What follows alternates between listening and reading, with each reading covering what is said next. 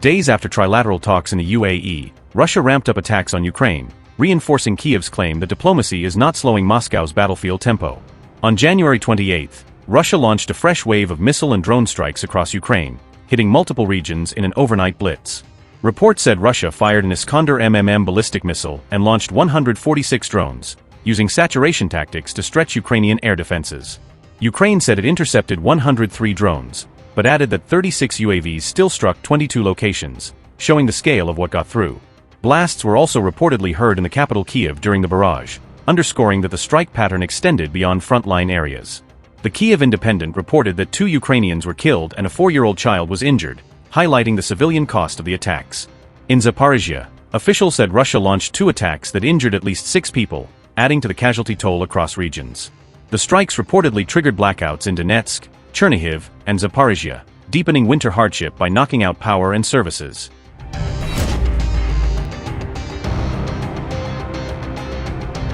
The latest strikes came after a January 27 drone attack on a train in Kharkiv, an incident that Ukraine says shows civilians are being deliberately targeted.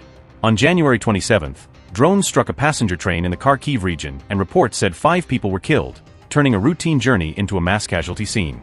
The Kyiv Independent reported the train was carrying 291 passengers, raising alarm about how close the strike came to an even larger catastrophe. Kharkiv officials said Russia launched 3 drones at the train, claiming the attack was coordinated rather than accidental spillover.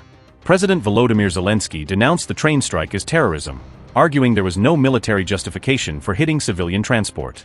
On January 28, Zelensky said Russia must be held accountable for the deaths in the train attack, linking accountability to deterrence and future prevention. Zelensky said Russia struck a passenger train in the Kharkiv region with attack drones, and argued that any country would classify such a strike as terrorism. He said there should be no doubt about that classification anywhere, from Europe and America to the Arab world and China, because civilians in a train carriage are not a military target. Zelensky said more than 200 people were on the train and 18 were in the carriage hit by one of the drones, stressing how narrowly many escaped death. He said the 3-drone attack had resulted in 4 confirmed deaths at the time of his statement, and he offered condolences to families and loved ones. Zelensky said Russia must be held accountable not only for the strikes themselves, but also for maintaining the capability to carry them out repeatedly. He said Russians have increased their capacity to kill and terrorize, arguing they are investing in what he called the progress of terror. Zelensky said the task for all decent people is to ensure progress in protecting life, framing Ukraine's defense as a global moral issue. He said this can happen through pressure on Russia, punishment for Russia's actions, and sustained support for Ukraine, outlining a 3-part response. Zelensky thanked those who do not remain silent when they see what he called Russian terrorists doing, urging continued attention and solidarity.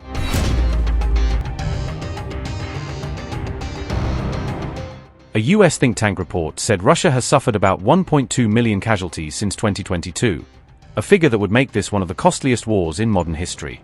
The estimates were published by the Center for Strategic and International Studies, known as CSIS, which compiled the figures from its analysis. CSIS also claimed Russia has experienced its highest casualties since World War II, using that comparison to highlight the scale of losses. The same report said Ukraine has suffered at least 500,000 to 600,000 casualties since the war began, showing the immense toll on both sides. CSIS added that Russia is advancing remarkably slowly into Ukraine, suggesting heavy losses have not translated into fast strategic gains.